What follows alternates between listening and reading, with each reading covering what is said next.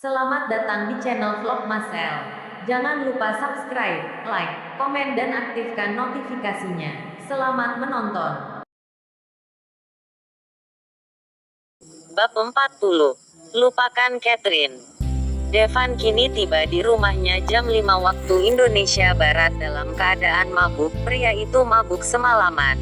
Ia tidak tidur dan memilih mabuk-mabukan karena merasa kehilangan. Bau alkohol pun menyeruak. Devan pun berjalan terlatih-tatih karena rasa pusing pun menyerang pria itu.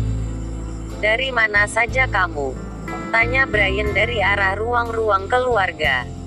Devan menghentikan langkahnya yang merasa tidak asing dengan suara itu. Pria itu menoleh, lalu tersenyum. Ia pun melangkah mendekati Brian dan duduk di seberang dadinya.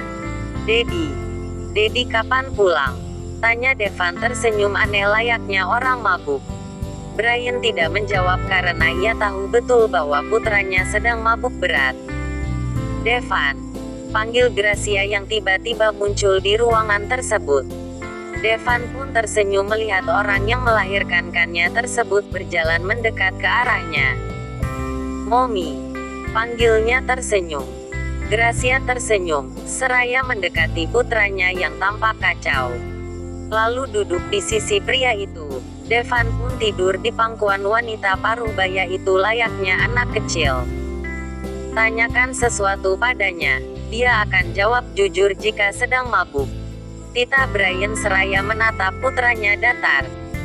Gracia menjawab Brian dengan anggukan kepala, lalu menundukkan kepalanya menatap putranya yang bersikap layaknya anak kecil.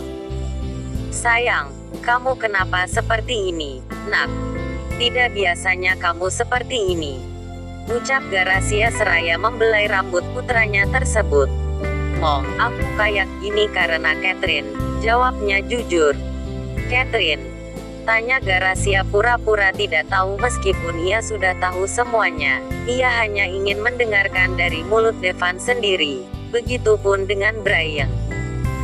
"Mom, aku mencintai Catherine. Tapi dia pergi dan memutuskan hubungan kita. Aku ingin menjemputnya.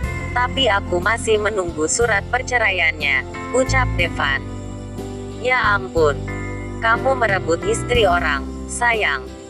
tanya Gracia sendu. Ia tidak tega melihat putranya terluka. "Aku terpaksa merebutnya, Mom. Lagi pula Catherine hanya disiksa dan tidak dicintai oleh suaminya sendiri. Randa juga sudah menikah lagi dan istri keduanya juga hamil," ucap Devan seraya memejamkan matanya. "Sayang, kenapa kamu memilih jadi pebinor, padahal kamu punya segalanya? Aku yakin akan banyak wanita yang mau menikah denganmu," ucap Gracia. "Tidak, Mom. Aku hanya menginginkan Catherine yang menjadi pendampingku," ucap Devan. "Terus bagaimana dengan Putri? Apakah kau tega menyakiti wanita seperti Putri, Nak? Dia baik dan tipe orang yang ceria. Mommy yakin kamu pasti akan bahagia jika bersamanya," ucap Devan. "Dedi dan Mommy tidak tahu kebahagiaanku. Putri hanya kuanggap sebagai adik, begitupun dengan Putri. Dia juga mencintai orang lain bukan aku." Devan masih memejamkan matanya. "Terus kenapa Putri datang ke kantor tiap hari jika dia mencintai orang lain?" tanya Gracia. "Dia datang hanya untuk menemui Roy, bukan aku.